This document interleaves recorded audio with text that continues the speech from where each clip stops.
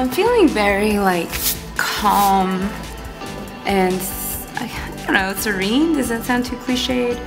I just got back from Sedona, which was a really beautiful experience. It was very like rocky there, like a lot, being out in nature a lot, but I don't know, like without the humidity and without like the dirt, because normally I'm not really like an outdoorsy person, but that environment or that, I guess, weather, just like I didn't want to go inside. And so I did a few drawings of that kind of landscape while I was out there, and those are posted on my Instagram, but I really want to sort of capture the way I was feeling while I was there. It's hard to do because it's a feeling, and I guess what I'm doing here, this is just kind of like organic, really unplanned, but I'm kind of trying to go for like I guess trying to illustrate the expression. I guess I'm trying to draw like a facial expression that really matches what I was feeling while I was out there, which was just like I said, like really serene, really calm, and like a lot of the perspective here is not right and will have to be like redone. But when I'm starting a drawing, a lot of what I like to do is just get the placement, like the eyes are gonna be here, they're gonna be closed, the nose is gonna be this long and this wide, and like, you know, the little dip between the nose and the lips, I don't know what that's called. Someone can comment and tell me. I mean, I could also Google it, but whatever. Yeah, and then like once I have that placement, that's when I'll kind of go in and get the perspective right and get the angles right and stuff. I think this expression, it is one that I draw a lot, sort of like a calm, contemplative kind of expression. And I guess I draw that a lot because I feel that way a lot. I'm always kind of like thinking about what my next move is gonna be or what my next drawing is gonna be. So I do spend a lot of time making this face, although less pretty. I think my thinking face is probably more like scrunched up and irritated.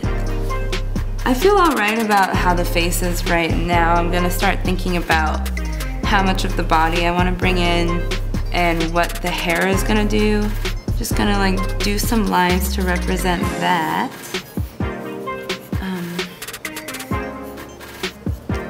And I do want to incorporate some of like the Sedona landscape into the background. So as you can see, the lines are just literally just squiggles.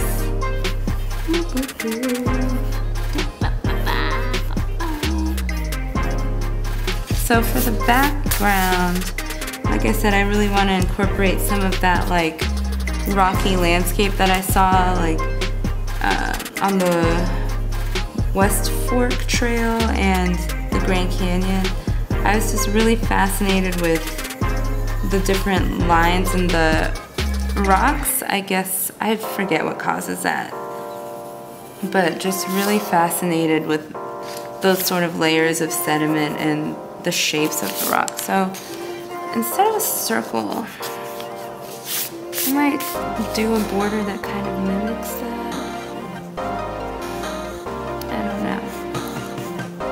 I'm still kind of drawing from my head right now. Later I'll get out one of the pictures that I took to use as a reference.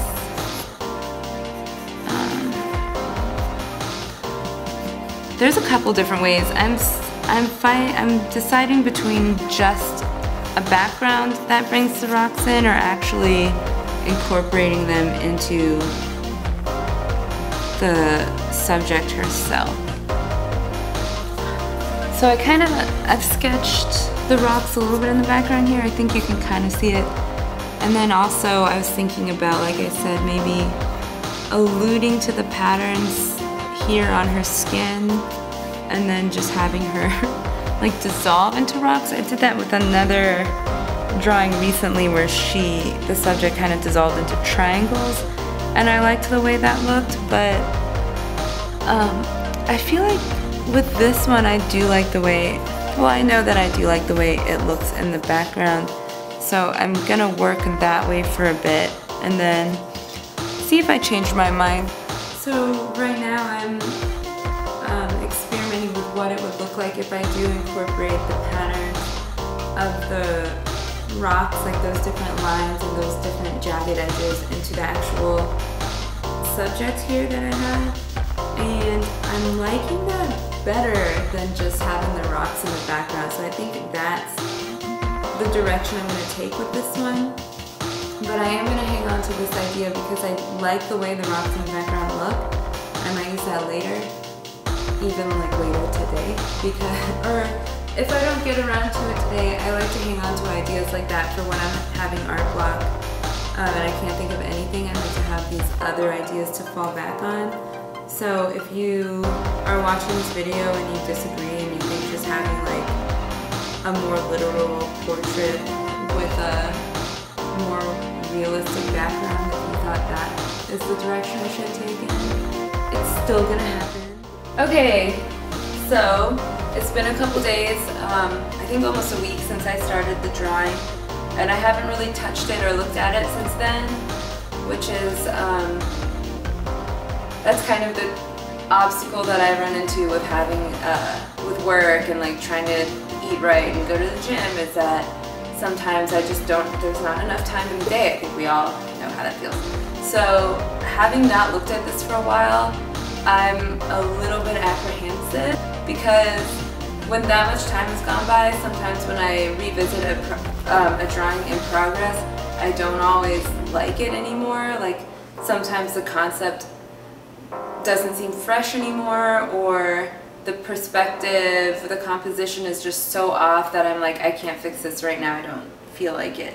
So I'm gonna check on it now.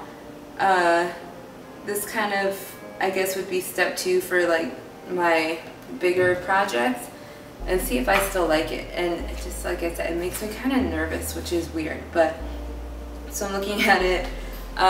There's definitely like some of those same perspective issues that I think I mentioned while I was actually working on it, but overall I'm relieved because I still think it looks good. I still like the concept that I decided on, so I feel comfortable putting more time into this without feeling like I'm wasting my time or pushing through in a drawing that I don't like. So my next step with this one is going to be to continue adding structural lines, and then I can get to my favorite part, which is adding the ink and making it super pretty.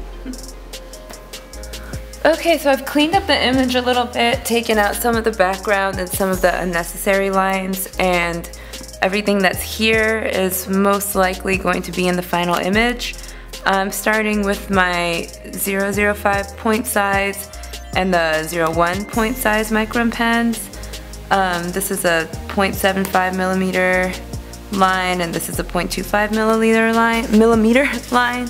I'll use this one for details like eyelashes, shading, the brows, and this will, the larger one will come in with more defined lines, like obviously like the actual face, the hair, nose, like the defined features, like I said. And then I will come in later probably on the hair with a larger point size pen, but I like to start with the thinner ones because if I do make a line that I'm not happy with, it's easy to correct because of how thin the line is at this point. So that's my starting point for adding lines. So I'm going to use a stipple on the bridge of the nose and sort of where the lip meets the chin, so that the lines aren't as harsh and so that it has more of a light feel. It kind of softens the face a bit.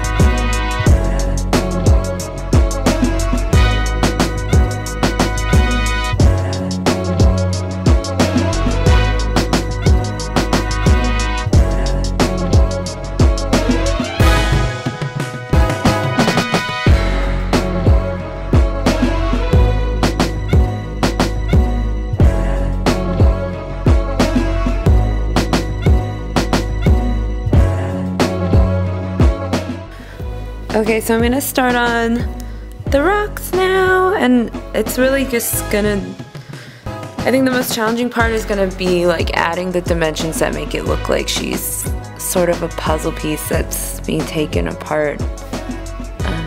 You know, just making it look like she's turned into a rock formation. I don't know. That part's gonna be hard, but it's also gonna be fun.